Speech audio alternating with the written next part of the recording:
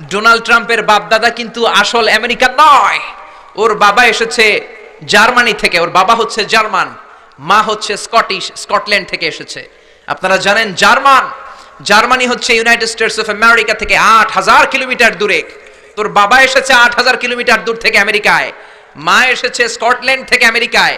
মুসলমানদেরকে খেদানোর জন্য তোর চুলকানি বাড়ছে, জোরে কোন ঠিক কিনা? এজন্য এসব কথা বলো না, নিজের দেশের জনগণের সেবা শুরু করে দাও। সাইয়েদনা ওমর ফারুকের জীবনী পড়া শুরু করে দাও। বিশ্বনবীর জীবনী পড়ে যদি আমেরিকার 4টা বছর কাটাও, তোমার জীবনটারে সুন্দর করে দিবে কে?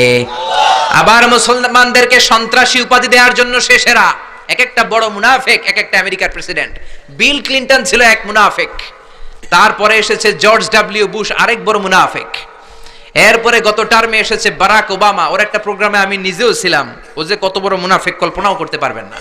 আর সব মুনাফিকদের হারিয়ে মুনাফিকদের সর্দার আব্দুল্লাহ ইবনে উবাই ইবনে সালুলের চেহারায় এসেছে ডোনাল্ড ট্রাম্প।